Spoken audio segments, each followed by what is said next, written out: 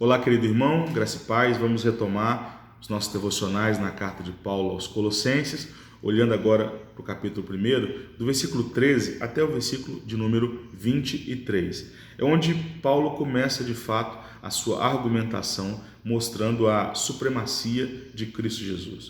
O propósito de Paulo nesta carta é mostrar aos irmãos que Cristo Jesus é suficiente.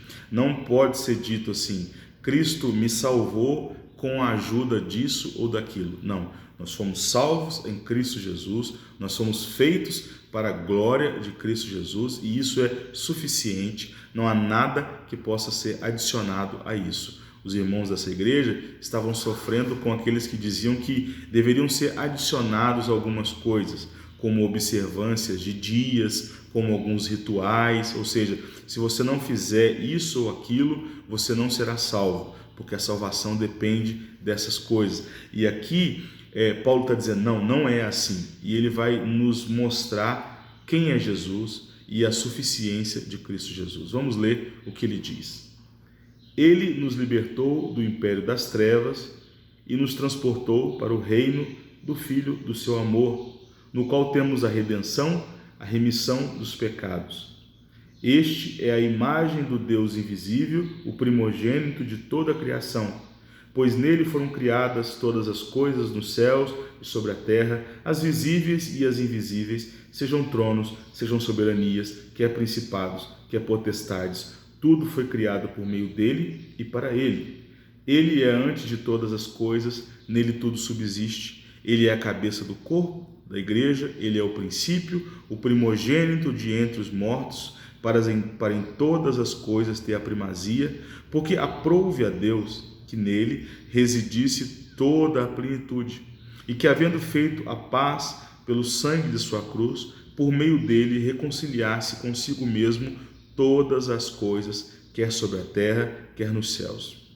E a vós outros também, que outrora éreis estranhos e inimigos no entendimento, pelas vossas obras malignas, agora, porém, vos reconciliou no corpo da sua carne, mediante a sua morte, para apresentar-vos perante ele santos, inculpáveis e irrepreensíveis, se é que permaneceis na fé, alicerçados e firmes, não vos deixando afastar da esperança do evangelho que ouvistes e que foi pregado a toda criatura debaixo do céu, e da qual eu, Paulo, me tornei ministro.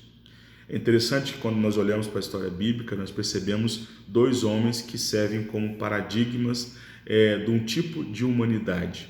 Nós temos Adão como representante da humanidade pecadora, porque em Adão todos fomos feitos pecadores, ele é o primeiro, então ele é como o representante, paradigma dos pecadores, e nós temos Cristo Jesus como o representante e o paradigma de uma nova humanidade. E aqui o que o apóstolo está dizendo é que Deus nos libertou do império das trevas e nos transportou para um outro reino. Agora nós não vivemos mais de acordo com a humanidade caída em Adão, nós não fazemos mais parte de um império das trevas, mas agora nós somos transportados através de Jesus Cristo para o reino do Filho do seu amor, através da graça. Agora nós somos do Senhor. E ele vai dizer, ora, isso é possível porque ele é a imagem do Deus invisível, ele é Deus aqui na terra. Nós vimos Deus através de Jesus, como João disse no primeiro capítulo do seu evangelho, e vimos a sua glória como a glória do unigênito do Pai. É isso que João diz. E aí o Paulo aqui continua dizendo, ora, ele, tudo foi criado por ele, para ele.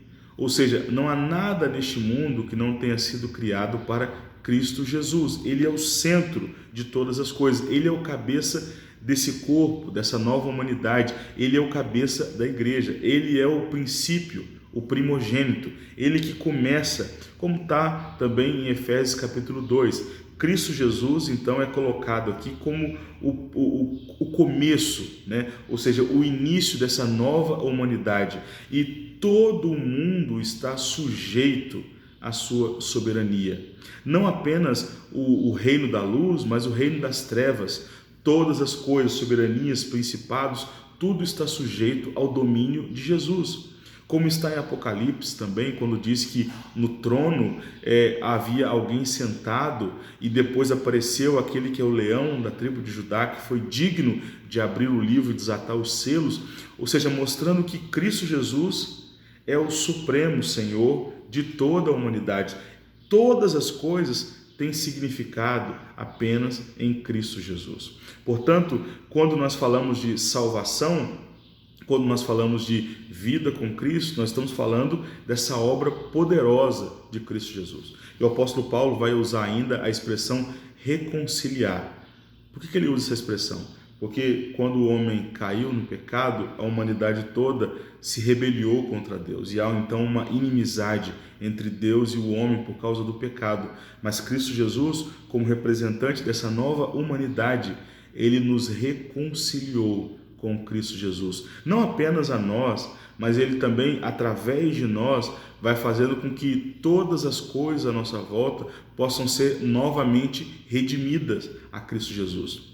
Há muitas áreas que estão sob as trevas e todas essas áreas que estão sob as trevas devem ser retomadas pelo reino da luz. E isso vai acontecer através de nós. É por isso que é dito que nós somos e nós devemos ser santos, inculpáveis e irrepreensíveis, permanecendo na fé.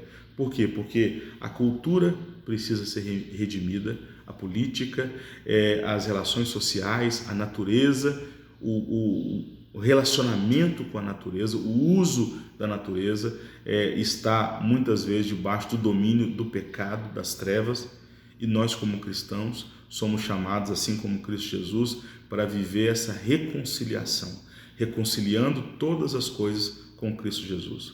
Em outras palavras, é a mesma coisa de dizer que nós vivemos para aceitar e entender o senhorio de Jesus Cristo sobre todas as áreas da nossa vida. Como Paulo vai dizer em 1 Coríntios capítulo 10, portanto, quer comais, quer bebais ou façais qualquer outra coisa, fazei tudo para a glória de Deus. Nós somos reconciliados, fomos transportados para o reino do Filho do seu amor e agora nós temos uma tarefa junto com Jesus, que é reconciliar este mundo que foi criado por Deus, mas foi tomado pelo pecado, reconciliar este mundo com Cristo Jesus. E fazemos isso através da pregação do Evangelho. Deus abençoe você e toda a sua família. Vamos orar. Senhor, ajuda-nos de fato a entender a Tua Palavra e a viver segundo essa verdade, que devemos buscar reconciliação, meu Pai, deste mundo contigo. E isso deve ser feito através da pregação do Evangelho, através, meu Pai, do resgate daquilo que está na mão das trevas, do império do mal para o Senhor. Nós reconhecemos o Teu senhorio sobre todas as coisas. O Senhor é o centro de todas as coisas. Nós reconhecemos isso como igreja. E nós pedimos também nesta hora, como o Senhor nos autorizou a fazer, pelos nossos irmãos enfermos, pelos nossos irmãos enlutados, por aqueles que estão com dificuldades. Ajude-nos a viver de acordo com a Tua vontade. Assim nós oramos e Te agradecemos por tudo, em nome de Jesus. Amém. Deus abençoe você, toda a sua família e até o nosso próximo devocional. Amém.